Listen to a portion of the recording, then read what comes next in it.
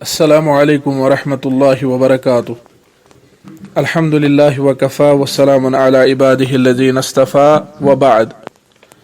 معزز سامعین کرام، اللہ تعالیٰ کے فضل و احسان سے آپ اس وقت مجالس رمضان المبارک میں سے 7ویں مجلس سماعت فرما رہے ہیں۔ آج کی اس مجلس کا موضوع گفتگو ہے سحری کے آداب۔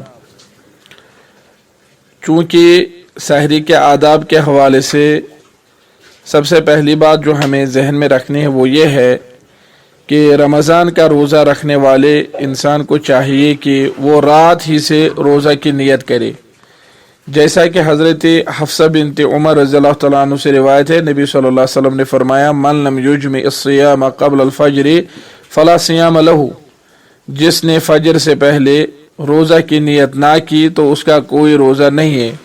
یہ سنن ابو داؤد حدیث نمبر 2454، امام البانی رحمہ اللہ نے اسے صحیح قرار دیا ہے۔ ایک روایت میں ہے کہ حضرت حفصہ نے ہی کہا من لم یجمع الصیام من اللیل فلا یصوم۔ یہ سنن نسائی کی حدیث ہے، حدیث نمبر 2335۔ امام البانی رحمہ اللہ نے کہا یہ حدیث موقوفاً صحیح ہے اور یہ مرفوع کے حکم میں ہے۔ اس کا معنی ہے کہ جس نے رات سے ہی روزہ کی نیت نہ کی تو وہ روزہ نہ رکھے۔ جب انسان نے رات ہی سے روزے کی نیت کی ہوگی تو اگر وہ طلوع فجر کے بعد بیدار ہوا اور سحری کھانے کا موقع نہ ملا تو سحری کھائے بغیر ہی روزہ رہ سکتا ہے، کیونکہ سحری کھانا واجب نہیں ہے بلکہ یہ برکت کا مسنون ذریعہ ہے، جیسا کہ انس بن مالک رضی اللہ تعالیٰ عنہ سے روایت ہے، نبی صلی اللہ علیہ وسلم نے فرمایا تسحروا فإن فی السحور برکہ۔ یہ صحیح بخاری شریف کی حدیث نمبر 1923۔ فرمایا سحری کھاؤ، یقیناً سحری کھانے میں برکت ہے۔ اس حدیث کو امام بخاری رحمہ اللہ نے اپنی صحیح بخاری میں ذکر کر کے اس پر ان الفاظ میں باب باندھا ہے کہ باب برکت السحور من غیر ایجاب، باب برکت السحور من غیر ایجاب، باب واجب ہونے کے بغیر ہی سحری کی برکت کے بارے میں، یعنی سحری میں برکت ہے البتہ یہ واجب نہیں ہے۔ اور حافظ ابن حجر رحمہ اللہ نے امام بخاری کے ان الفاظ من غیر ایجاب کی شرح میں کہا کہ ابن المنذر رحمہ اللہ نے سحری کے مستحب ہونے پر اجماع نقل کیا ہے۔ یہ ابن حجر رحمہ اللہ نے فتح الباری میں فرمایا ہے۔ چونکہ ابتدائی اسلام میں افطار سے لے کر سو جانے تک ہی کھانے پینے اور بیوی سے جماع کرنے کی رخصت تھی، جیسا کہ حذیفہ رضی اللہ تعالیٰ عنہ نے کہا کان اصحاب محمد صلی اللہ علیہ وسلم اذا کان الرجل صائما فحضر الافطار فنام قبل ان يفطر لم يأكل ليلته ولا يومه حتى يمسي۔ صحیح بخاری شریف کی حدیث نمبر 1915 ہے کہ محمد صلی اللہ علیہ وسلم کے صحابہ ایسا کرتے تھے کہ جب آدمی روزہ سے ہوتا تو جب افطار کا وقت ہوتا تو اگر وہ افطار سے پہلے ہی سو جاتا تو اس رات اور آنے والے دن کو بھی کچھ نہ کھاتا یہاں تک کہ وہ دوسری شام نہ کرتا، یعنی دوسری شام کو پھر کھاتا۔ لیکن بعد میں رمضان کی رات میں اپنی بیوی کے ساتھ جماع کرنے اور طلوع فجر تک کھانے پینے کی اجازت دی گئی، جیسا کہ حذیفہ رضی اللہ تعالیٰ عنہ نے فرمایا فنزلت هذه الآیہ، پھر یہ آیت نازل ہوئی احل لکم لیلۃ الصیام الرفث الی نسائکم، اور سورہ بقرہ آیت نمبر 187 ہے یہ۔ تو حذیفہ نے فرمایا ففرحوا بها فرحا شدیدا، تو صحابہ اس آیت کے نازل پر بہت خوش ہوئے، ونزلت، اور یہ آیت نازل ہوئی وکلوا واشربوا حتی یتبین لکم الخیط الابیض من الخیط الاسود۔ تو بہرحال ان آیات اور ان احادیث میں یہ بات واضح ہے کہ شروع اسلام میں سحری کھانے کی لوگوں کو اجازت نہیں تھی، لیکن بعد میں رسول اللہ صلی اللہ علیہ وسلم نے ان چیزوں کی اجازت دی۔ اور رسول اللہ صلی اللہ علیہ وسلم سے یہ بھی ثابت ہے کہ وہ رمضان کی رات کو اپنی ازواج مطہرات کے ساتھ شب باشی فرماتے تھے، پھر صبح کو غسل کر کے روزہ رکھتے تھے، جیسا کہ عائشہ رضی اللہ تعالیٰ عنہ اور ام سلمہ رضی اللہ تعالیٰ عنہ کی احادیث سے ثابت ہے، جو کہ صحیح بخاری شریف میں حدیث نمبر 1925 ہے۔ انہوں نے کہا کہ کہ رسول اللہ صلی اللہ علیہ وسلم کو اس حالت میں فجر کا موقع آتا کہ وہ اپنی اہلیہ سے جنابت کی حالت میں ہوتے، پھر غسل کرتے اور روزہ رکھتے۔ لہذا اگر کوئی شخص حالت جنابت میں ہو اور اسے سحری کھانے سے پہلے غسل کرنے کا موقع ملا تو اسے غسل کر کے ہی سحری کھانی چاہیے۔ البتہ اگر غسل کرنے کا موقع نہ ملے تو بلکہ غسل کرنے سے سحری فوت ہونے کا خدشہ ہو تو وہ نماز جیسا وضو کر کے پہلے سحری تناول کر لے، جیسا کہ عائشہ رضی اللہ تعالیٰ عنہ سے ثابت ہے، اس نے فرمایا کان رسول اللہ صلی اللہ علیہ وسلم اذا کان جنبا فاراد ان یاکل او ینام توضأ وضوءه للصلاۃ۔ صحیح مسلم کے حدیث نمبر 305 ہے کہ رسول اللہ صلی اللہ علیہ وسلم جب جنبی ہوتے تو کچھ کھانے پینے یا سونے کا ارادہ فرماتے تو نماز کے لیے جیسا وضو فرماتے اور تب کچھ کھاتے یا سو جاتے، اور پھر فجر سے پہلے غسل کرے، یعنی ایسا انسان جو صرف اتنا وقت پائے کہ جس میں صرف سحری کھا سکتا ہو، غسل کا وقت نہ ہو، تو وہ پہلے وضو کر کے سحری کھائے اور پھر فجر سے پہلے غسل کرے تاکہ فجر کی نماز با جماعت ادا کر سکے اور وقت پر ادا کر سکے۔ چونکہ سحری کھانا اگرچہ واجب نہیں ہے، یہ مسنون ہے اور یہ اس امت کے ساتھ اللہ کی رحمت ہے۔ شروع اسلام میں سحری کھانے کی اجازت نہیں تھی، جیسا کہ بھی آپ نے سنا۔ تو سحری میں کیا حکمتیں ہیں؟ کچھ حکمتیں میں آپ سے عرض کروں گا تاکہ سحری کے بارے میں مزید وضاحت ہو۔ ایک حکمت یہ ہے کہ رسول اللہ صلی اللہ علیہ وسلم نے اس کا حکم دیا، فرمایا تسحروا، سحری کھاؤ۔ یہ حدیث نمبر 1923 ہے صحیح بخاری کی۔ لہذا جس نے سحری کھائی اسے اطاعت رسول صلی اللہ علیہ وسلم کا شرف حاصل ہوا، اور جس نے اللہ اور اس کے رسول صلی اللہ علیہ وسلم کی اطاعت کی وہ بڑی کامیابی سے ہمکنار ہوا، جیسا کہ اللہ تعالیٰ نے فرمایا وَمَن يُطِعِ اللَّهَ وَرَسُولَهُ فَقَدْ فَازَ فَوْزًا عَظِيمًا، سورہ احزاب آیت نمبر 71۔ دوسری حکمت یہ ہے کہ سحری کھانا باعث برکت ہے، جیسا کہ انس بن مالک رضی اللہ عنہ کی حدیث میں نے ابھی بیان کی، انہوں نے فرمایا رسول اللہ صلی اللہ علیہ وسلم نے فرمایا تسحروا فإن فی السحور برکہ۔ اس برکت کے بارے میں کئی اقوال ہیں۔ ایک قول یہ ہے کہ اس سے اجر و ثواب پانا مراد ہے، ایک قول ہے اس سے سویرے اٹھنا اور دعائیں کرنا، یا اس وقت مانگنے والے مسکین کو صدقہ دینا، یا کسی کو اپنے ساتھ ملا کر سحری کھلانا، یا اس بد شکلی سے اپنے آپ کو بچانا جو شدت بھوک کی وجہ سے پیدا ہوتی ہے وغیرہ۔ یہ فتح الباری میں ابن حجر رحمہ اللہ نے یہ اقوال ذکر کیے ہیں۔ اور اسی طرح حافظ ابن حجر نے کہا، ابن دقیق العید نے کہا کہ اس برکت میں یہ جائز ہے کہ یہ برکت اخروی امور کے ساتھ تعلق رکھتی ہو، اور یہ بھی احتمال ہے کہ یہ دنیاوی امور کے ساتھ تعلق رکھتی ہو۔ چنانچہ جب انسان سحری کھائے گا تو وہ دن بھر چست رہے گا اور اسے بھوک یا پیاس پریشان نہیں کرے گی، اور اسے اللہ کی عبادت میں دل لگے گا۔ اس کے بجائے اگر وہ سحری نہ کھائے اور دن بھر بھوک یا پیاس اسے پریشان کرتی رہے تو وہ روزہ کے وقت کے ختم ہو جانے کی تمنا کرے گا، اور وہ اسی فکر میں لگا رہے گا کہ افطار کا وقت کب آئے گا تاکہ وہ اپنی بھوک یا پیاس بجھا سکے، اور اس طرح سے انسان اس عظیم عبادت کے ساتھ نفرت کرنے لگے گا۔ سحری کھانے میں ایک اور حکمت یہ ہے، یہ تیسرا نقطہ ہے کہ سحری کھانا مسلمانوں اور اہل کتاب کے روزوں کے درمیان فرق ہے۔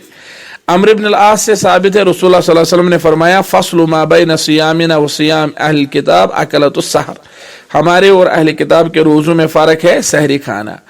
اور حدیث مبارک میں یا شریعت میں کافی مرتبہ رسول اللہ صلی اللہ علیہ وسلم نے یہود و نصارہ کی مخالفت کا حکم دیا۔ کبھی فرمایا خالف الیہود، جیسے ابو داؤد کے حدیث نمبر 652، کبھی فرمایا خالف مجوس کی مخالفت کرو، حدیث نمبر 2600 صحیح مسلم میں۔ کبھی فرمایا خالف مشرکین کی مخالفت کرو، یہ حدیث نمبر 5892 ہے صحیح بخاری میں۔ کبھی فرمایا جہاں پر اذان کے لیے یہ مشورہ دیا گیا کہ ہم وہ ڈول بجائیں یا آگ جلائیں گے تو نبی صلی اللہ علیہ وسلم نے اس وقت فرمایا یہ یہود اور نصارہ کا طریقہ ہے، لہٰذا اسے پسند نہیں کیا، یہ صحیح بخاری کی حدیث نمبر 603 ہے۔ تو ان احادیث سے پتہ چلا کہ رسول اللہ صلی اللہ علیہ وسلم شروع سے لے کر ہی یہ چاہتے تھے کہ مسلمانوں کے طریقے اور عبادات کے جو طریقے ہیں وہ الگ ہو جائے، اور ان میں اور یہود و نصارہ کے ان طریقوں میں کوئی مشابہت نہ ہو۔ تو روزوں کے حوالے سے فرمایا فصل ما بین صیامنا و صیام اہل الکتاب، ہمارے اور اہل کتاب کے روزوں کے درمیان فرق یہ ہے کہ ہمارے اکلۃ السحور ہمارے روزوں میں سحری کھانے کی اجازت ہے۔ یہ فرما کر نبی صلی اللہ علیہ وسلم نے اپنے ماننے والوں کو بہت ساری عبادات میں اہل کتاب کی مخالفت کرنے اور من تشبہ بقوم فہو منہم یہ فرما کر ان کی مشابہت سے بچنے کا حکم دیا ہے۔ لہذا مسلمان کو اگر موقع ملے تو وہ بطور سحری کچھ نہ کچھ کھا لے یا پی لے، کھاؤ پانی کا ایک گھونٹ ہی کیوں نہ ہو۔ چونکہ حافظ ابن حجر رحمہ اللہ نے فرمایا، یہ چوتھا نقطہ ہے بہرحال، فرمایا امام بخاری کے ان الفاظ من غیر ایجاب میں کہ ابن المنذر نے سحری کے مستحب ہونے پر اجماع نقل کیا ہے۔ چنانچہ جس کام کے مستحب ہونے پر امت کے ان علماء نے اجماع کیا ہو جن کا اجماع معتبر ہے، تو ایک مسلمان ایسے کام کو جان بوجھ کر کیوں چھوڑے گا، بالخصوص جبکہ نبی صلی اللہ علیہ وسلم نے اسے نہ چھوڑنے کی ترغیب دی ہے، جیسا کہ فرمایا انہا برکۃ آتاکم اللہ ایہا فلا تدعوها، یہ برکت ہے جو اللہ نے تمہیں عطا کی ہے، لہذا اسے نہ چھوڑو۔ تو انسان اس کو کیوں چھوڑے؟ یہ پہلا نقطہ ہے سحری کے آداب کے حوالے سے۔ اور دوسرا نقطہ ہے تاخیر سے سحری کھانا۔ چونکہ سحری میں تاخیر سے سحری کھانا، تاخیر سے سحری تناول کرنا یہی افضل ہے۔ بہت سے لوگ رات کو دیر تک بیدار رہتے ہیں اور پھر سونے سے پہلے سحری کھا لیتے ہیں اور پھر طلوع آفتاب کے بعد ہی بیدار ہو جاتے ہیں، اور کچھ لوگ تو نعوذ باللہ فجر کی نماز بھی ادا نہیں کرتے، اور کچھ دیگر اگر فجر کی نماز ادا کرتے بھی ہیں تو کم از کم جماعت فوت ہو جاتی ہے، حالانکہ ایسا کرنا بہت بڑی غلطی ہے۔ لہذا روزہ دار کو چاہیے کہ رات کو قیام اللیل کے فوراً بعد سو جائے، تراویح نماز ادا کر کے فوراً بعد سو جائے اور طلوع فجر سے کچھ پہلے بیدار ہو جائے اور سحری کھائے، اور سحری کھانے کے فوراً بعد نماز فجر با جماعت ادا کرنے کی تیاریاں شروع کرے۔ چنانچہ رسول اللہ صلی اللہ علیہ وسلم اور ان کے صحابہ ایسا ہی کرتے تھے، جیسا کہ انس بن مالک رضی اللہ تعالیٰ عنہ نے زید بن ثابت کی روایت سے کہا، زید بن ثابت سے روایت کی، انہوں نے کہا تسحرنا مع النبی صلی اللہ علیہ وسلم ثم قام الى الصلاۃ، ہم نے سحری کھائی رسول اللہ صلی اللہ علیہ وسلم کے ساتھ تو رسول اللہ صلی اللہ علیہ وسلم نماز کے لیے پھر اٹھے۔ قلت، انس فرماتے ہیں میں نے زید سے کہا کم کان بین الاذان والسحور، تو اذان اور سحری کے درمیان کتنا وقت تھا؟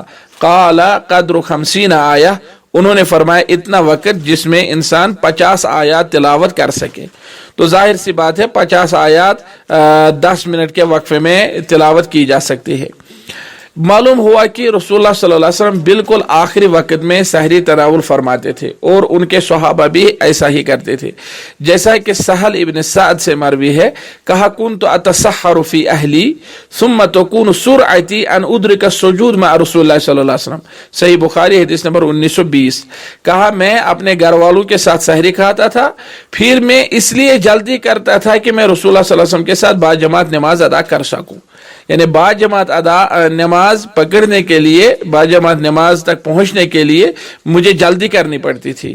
تو اس حدیث پر امام بخاری نے باب تاخیر السحور، باب سحری کی تاخیر یا سحری میں تاخیر کی جائے، ان الفاظ میں باب باندھا ہے، یعنی سحری میں تاخیر کرنی چاہیے اور تب تک سحری بند نہیں کی جانی چاہیے جب تک کہ صبح کا سفید داغا سیاہ داغے سے صاف واضح نہ ہو جائے۔ یہ سحری کا آخری وقت ہے۔ اللہ تعالیٰ نے فرمایا کلوا واشربوا حتی یتبین لکم الخیط الابیض من الخیط الاسود من الفجر، کھاؤ پیو جب تک کہ تمہیں صبح کا سفید داغا سیاہ داغے سے صاف ظاہر نہ ہو جائے، طلوع فجر صادق جب تک نہ ہو جائے۔ چنانچہ شروع اسلام میں سحری مؤخر کرنے کی اجازت نہیں تھی، لیکن بعد میں اس کی اجازت مل گئی، جیسا کہ حضرت حذیفہ رضی اللہ تعالیٰ عنہ کی حدیث ابھی میں نے بیان کی، جیسا کہ اس سے ثابت ہے، وہ صحیح بخاری شریف کی حدیث نمبر 1915 ہے۔ حذیفہ نے فرمایا کہ شروع اسلام میں اس کی اجازت نہیں تھی۔ انہوں نے ایک واقعہ بھی بیان کیا، کہا کان اصحاب محمد اذا کان الرجل صائما، نبی صلی اللہ علیہ وسلم کے زمانے میں جب کوئی انسان روزہ سے رہتا فحضر الافطار فنام قبل ان یفطر لم یأکل لیلته ولا یومه حتی یمسی، افطار کے وقت اگر اسے نیند آ جاتی تو اس رات اور دوسرے دن کو بھی کچھ نہیں کھانا ہوتا تھا جب تک کہ دوسرے دن افطار کا وقت نہ آ پہنچتا۔ کہا وَإِنَّ قیس بن سرمہ الانصاری کان صائما، کہا قیس بن سرمہ انصاری روزہ سے تھا۔ فلما حضر الافطار، جب افطار کا وقت پہنچا اتم رأته فقال لها عندك طعام، تو وہ اپنے گھر پہنچا, بیوی سے کہا کچھ ہے افطاری کے لیے, اس نے کہا نہیں. تو بیوی نے کہا چلو میں دیکھتی ہوں, ہمسائے سے کچھ مانگتی ہوں اگر ان کے پاس کچھ تھا. تو وہ دن بھر محنت کر کے مزدوری کر کے تھک کر آیا تھا. تو جب تک بیوی کچھ ہمسائے کے گھر سے لے کر آئی تو قیس بن سرمہ کو نیند آ گئی اور وہ سو گیا. جب بیوی نے اسے دیکھا تو کہا خیبۃ لک, افسوس ہو آپ تو سو گئے ہو. فلما انتصف النہار غشی علیہ, جب دوسرا دن آیا اور نصف دن پہنچا تو قیس بن سرمہ کو غشی طاری ہو گئی اور وہ زمین پر گر پڑا. تو یہ واقعہ رسول اللہ صلی اللہ علیہ وسلم کے سامنے بیان کیا گیا. تو ظاہر سی بات ہے رسول اللہ صلی اللہ علیہ وسلم کے دل مبارک پر رقت طاری ہوئی ہوگی اپنے صحابی کا یہ حال جان کر کے. تو اللہ کو اس پر رحم آیا اور اللہ نے آیت نازل فرمائی احل لکم لیلۃ الصیام الرفث الی نسائکم. انس حذیفہ فرماتے ففرحوا بها فرحا شدیدا, تو صحابہ اس سے بہت خوش ہوئے اور آیت نازل ہوئی وَكُلُوا وَاشْرَبُوا حَتَّى يَتَبَيَّنَ لَكُمُ الْخَيْطُ الْأَبْيَضُ مِنَ الْخَيْطِ الْأَسْوَدِ مِنَ الْفَجْرِ. تو ظاہر سی بات ہے کہ پھر اجازت دی گئی کہ فجر صادق تک کھاؤ پیو. اسی طرح نبی صلی اللہ علیہ وسلم نے بھی رمضان کی رات میں پہلی اذان کے بعد کھانے پینے کی اجازت دی ہے, جیسا کہ عائشہ رضی اللہ تعالیٰ عنہ نے کہا ان بلال کان یؤذن باللیل, بلال رضی اللہ تعالیٰ عنہ رات کو ہی اذان دیتے تھے. فقال رسول اللہ صلی اللہ علیہ وسلم کلوا واشربوا حتی یؤذن ابن ام مکتوم, کھاؤ پیو جب تک کہ ابن ام مکتوم اذان نہ دے. فإنه لا يؤذن حتى يطلع الفجر, کیونکہ ابن ام مکتوم تب ہی اذان دیتا ہے جب فجر طلوع ہو جاتا ہے. یہ صحیح بخاری شریف کی حدیث نمبر 1918 ہے. ایک اور ادب ہے سحری کے حوالے سے یہ کہ جس طرح افطاری میں کسی کو شریک کرنا باعث اجر و ثواب ہے, اسی طرح سحری میں بھی کسی کو اپنے ساتھ شریک کرنا باعث اجر و ثواب ہے. یہ تیسرا ادب ہے سحری کے آداب میں سے کہ سحری میں کسی کو اپنے ساتھ شریک کریں. اگر کسی کو گھر نہیں لا سکتے ہیں تو کم از کم اپنے ہمسایوں وغیرہ ان کو سحری کے لیے کچھ کھانے کی چیز دے دیں. اور اس ادب کو بیان کرنے سے پہلے ہمیں یہ چیز ذہن میں رکھنی چاہیے کہ جب ہم سحری کے وقت خود بیدار ہو جائے تو ہمیں چاہیے کہ ہم اپنے ہمسایوں کو بھی بیدار کریں. خاص طور پر ہمسایہ اگر دن بھر تھک کر آئے ہوں اور ہمیں پتا ہو کہ وہ دن بھر کام کر رہے تھے تو ہمیں انہیں بیدار کرنا چاہیے. اسی طرح جن ہمسایہ کے فون نمبرات ہمارے پاس ہوں, جن ہمسایہ کے ساتھ تعلقات ہوں, تو ہمیں چاہیے کہ ہم ان کے فون نمبرات پر اس وقت رنگ کر کے انہیں بیدار کریں. ہمارے جو گھر میں بچے ہوں گے, جوان لڑکے ہوں گے, وہ ان کے جوان لڑکوں سے رابطہ کریں گے. ہمارے گھر کی جو عورت ہوگی وہ ان کی عورت سے رابطہ کرے گی, اور ہمارے گھر کا جو سرپرست ہوگا وہ ان کے گھر کے سرپرست کو رابطہ کرے گا. اور اس طرح سے ایک منظم پروگرام کے ساتھ محلے والے ایک دوسرے کو جگانے کا اہتمام کرے. یہ بہت اجر و ثواب کا کام ہے.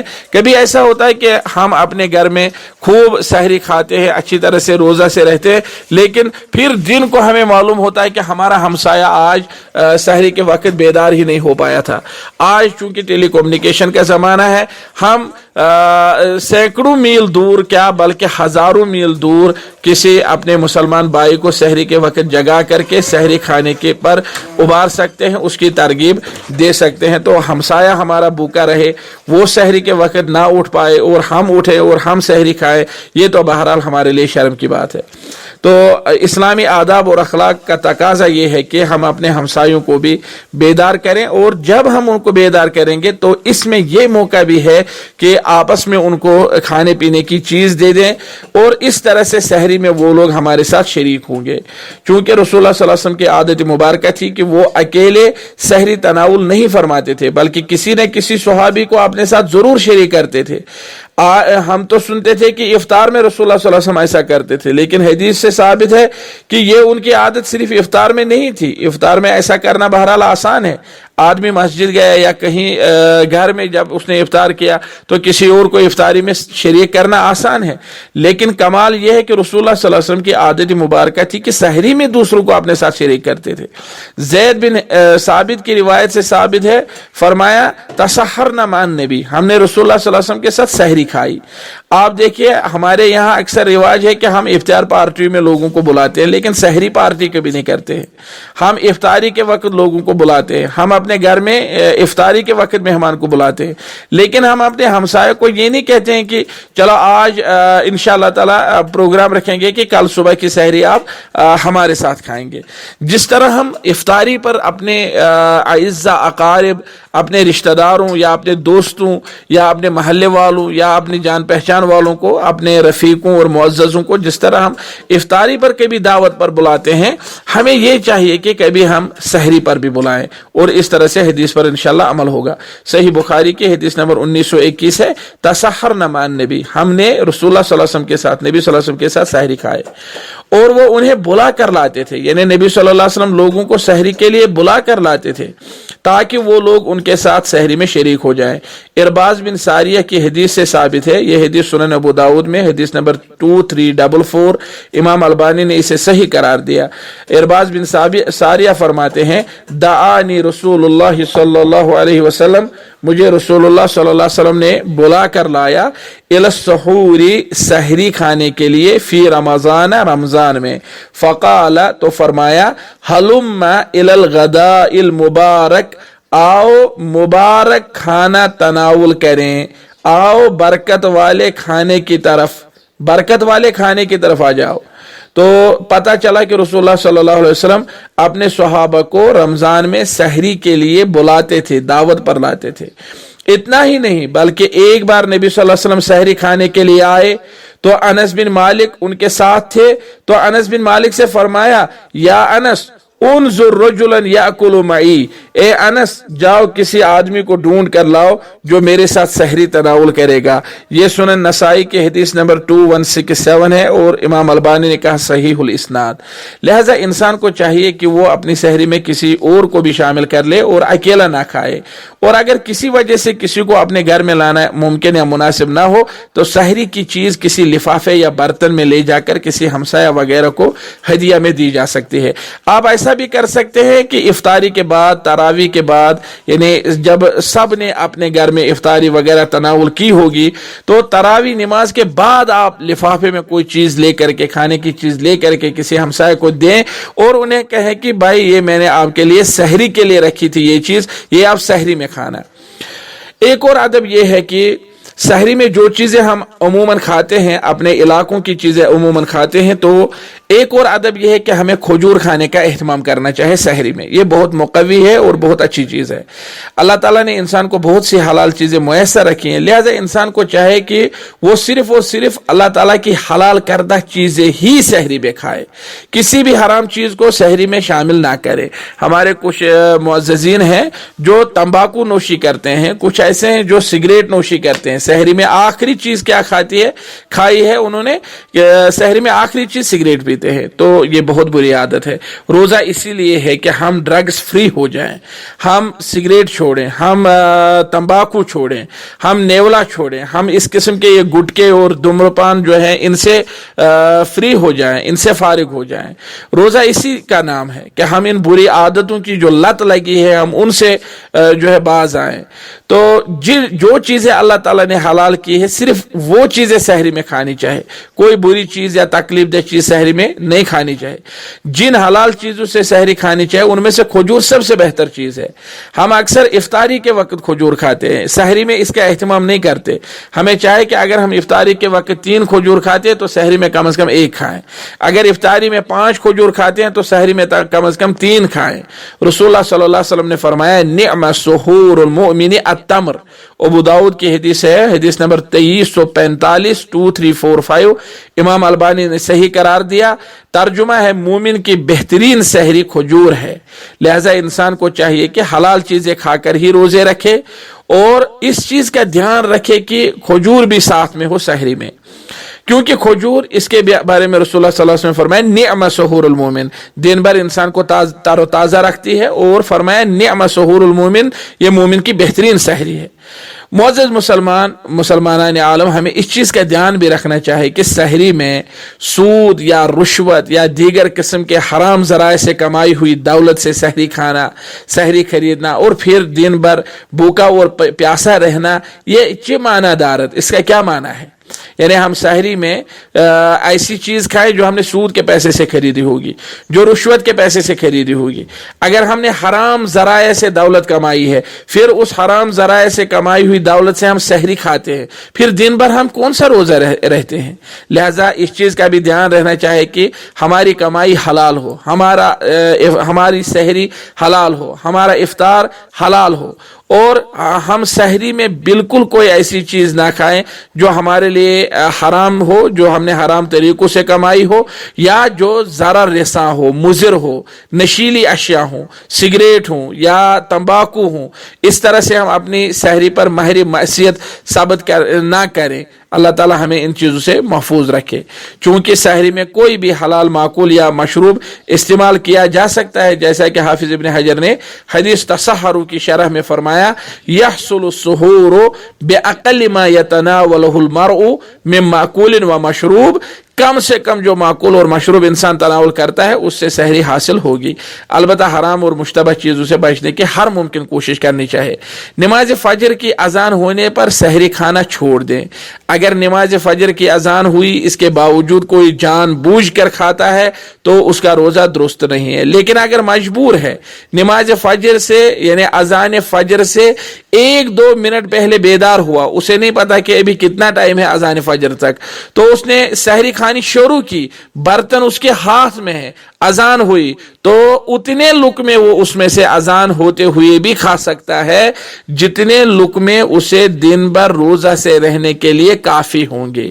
ابو داؤد کی حدیث مبارک ہے, نبی کریم صلی اللہ علیہ وسلم نے فرمایا, اذا سمع احدکم النداء والاناء على يده فلا يضعه حتى يقضي حاجته منه, جب تم میں سے کوئی اذان سنے اور اس کے ہاتھ میں برتن ہو تو تب تک اسے نہ چھوڑے جب تک اسے اپنی حاجت پوری نہ کرے. تو حاجت پوری کرنے کا مطلب ہمیں سمجھنا چاہے کہ یہ نہیں کہ ہم بے فکر ہو کر کھاتے رہیں, اذان بھی ہوتی رہے گی, نہیں, حاجت پوری کرنی ہے. صرف اتنے لقمے جتنے لقمے ہمیں اس دن کے روزوں کے لیے کافی ہوں گے.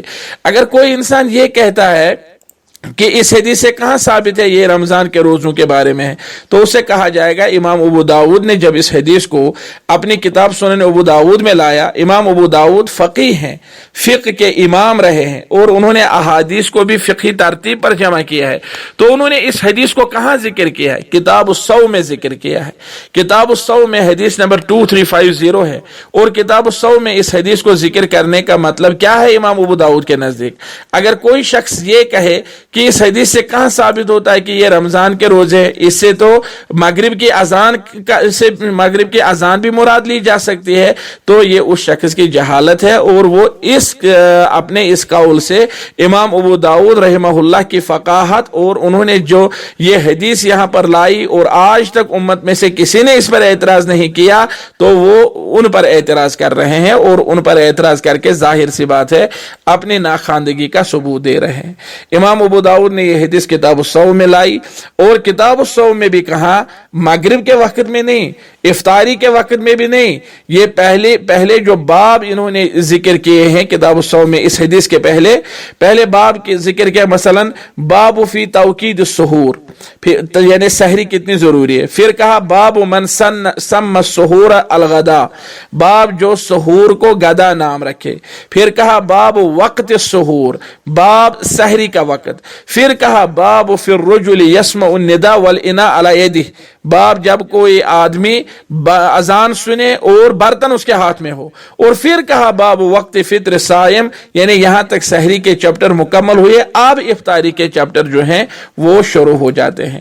اگر کوئی شخص یہ کہے گا کہ اس حدیث سے ہمیں کیسے پتا چلا کہ یہ فجر کی اذان ہے, تو ظاہر سی بات ہے یہ فجر کی اذان ہے, جیسے ائمہ دین نے اسے کتاب الصیام میں سحری کے آداب میں ذکر کیا ہے. اگر کوئی یہ کہے کہ اس سے پہلی اذان مراد ہے دوسری اذان مراد نہیں ہے, بہرحال بعض علماء کا یہ قول رہا ہے. اگر کوئی یہ کہے, چونکہ یہ قول مرجوح ہوگا کیونکہ اس سے صاف ظاہر ہے کہ رسول اللہ صلی اللہ علیہ وسلم کا یہ جو فرمان ہے، جب کوئی تم میں سے اذان سنے تو تب تک برتن نہ رکھے جب تک اس میں سے اپنی حاجت پوری نہ کرے، تو یہ الفاظ اس بات پر دلالت کرتے ہیں کہ یہ دوسری اذان کے بارے میں ہے، کیونکہ پہلی اذان کے بارے میں تو کوئی پوچھتا بھی نہیں ہے، پہلی اذان کے بعد تو کوئی اعتراض بھی نہیں ہے۔ پہلی اذان کے بعد رسول اللہ صلی اللہ علیہ وسلم نے خود ہی اعلان فرمایا تھا کہ ان بلالا یؤذن باللیل، کہ بلال رضی اللہ تعالیٰ عنہ جو ہیں وہ رات کو ہی اذان دیتے ہیں، بلال رضی اللہ تعالیٰ عنہ رات کو ہی اذان دیتے ہیں۔ اور وہاں رسول اللہ صلی اللہ علیہ وسلم نے صاف فرمایا کہ جب تک عبداللہ ابن ام مکتوم اذان نہ دیں تب تک آپ لوگ سحری کھا سکتے ہیں، جب تک عبداللہ ابن ام مکتوم اذان نہ دیں تب تک آپ سحری کھا سکتے ہیں، لیکن بلال رضی اللہ تعالیٰ عنہ وہ رات کو ہی اذان دیتے ہیں۔ ان بلالا کان یؤذن باللیل فقال رسول اللہ صلی اللہ علیہ وسلم کلوا واشربوا حتی یؤذن ابن ام مکتوم۔ وہاں یہ نہیں فرمایا کہ حاجت پوری کرو، وہاں فرمایا کلوا واشربوا۔ یہ جو فرمایا جب اذان سنو گے اور برتن ہاتھ میں ہو، یہ شروط کس لیے بیان کی رسول اللہ صلی اللہ علیہ وسلم نے؟ اذان سنو گے اور برتن ہاتھ میں ہو، اذان سنو گے برتن ہاتھ میں ہو تو اپنی حاجت پوری کرو، یعنی یہ جو اس قسم کے قیود رسول اللہ صلی اللہ علیہ وسلم نے پہلے ذکر کیے، اذان سنو گے برتن ہاتھ میں ہو، اور پھر فرمایا اس میں سے اپنی حاجت پوری کرو، تو یہ ظاہر سی بات ہے یہ دوسری اذان کے بارے میں ہے۔ اگر اس کو دوسری اذان کے بارے میں نہیں مانا جائے گا، یعنی اذان طلوع فجر صادق کے بارے میں اگر اس کو نہیں مانا جائے گا تو اس سے یہ لازم آئے گا کہ یہاں پر رسول اللہ صلی اللہ علیہ وسلم نے ایسا کلام فرمایا ہے جو تحصیل حاصل ہے، یعنی جس کی لوگوں کو پہلے ہی خبر تھی وہی دوبارہ فرمایا۔ حالانکہ رسول اللہ صلی اللہ علیہ وسلم ہر اس کلام سے معصوم اور بالا تر ہے جس سے تحصیل حاصل ہوتی ہو، جس کلام سے تحصیل حاصل ہو، جس کلام سے تحصیل حاصل ہو۔ چونکہ نماز فجر کی اذان ہونے پر سحری کھانا چھوڑ دینی چاہے اور با جماعت نماز ادا کرنے کی تیاری کرنی چاہے۔ اس وقت اب نیت کرنے کی کوئی ضرورت نہیں ہے، کیونکہ نیت تو آپ نے رات کو ہی کی ہوگی۔ بالخصوص جو کشمیری معاشرے میں زبان سے عربی الفاظ میں وَبِصَوْمِ غَدٍ نَوَيْتُ مِنْ شَهْرِ رمضان کے الفاظ معروف ہیں، ان الفاظ سے نیت کرنا ثابت نہیں ہے، یہ بدعات میں سے ہے، عبادات میں بدعات میں سے ہے، لہذا اس سے پرہیز کرنا چاہے۔ انشاءاللہ تعالی جب ان آداب پر عمل پیرا ہو جائیں گے ہم تو ہماری سحری مسنون طریقے پر ہوگی۔ اللہ تعالیٰ سے دعا ہے کہ وہ ہمیں کہنے سننے کے بعد عمل کرنے کی توفیق عطا فرمائے۔ معزز سامعین کرام، مجھے لگتا ہے کہ آج کی یہ مجلس کسی قدر طویل ہوئی، آپ مجھے اس پر معاف کریں گے۔ میں نہیں چاہتا تھا کہ آپ کی مجلس جو ہے یہ لمبی ہو جائے، لیکن علی کل حال اللہ تعالیٰ سے دعا ہے کہ وہ ہمیں کہنے اور سننے کے بعد عمل کرنے کی توفیق عطا فرمائے۔ وآخر دعوانا ان الحمد للہ رب العالمین۔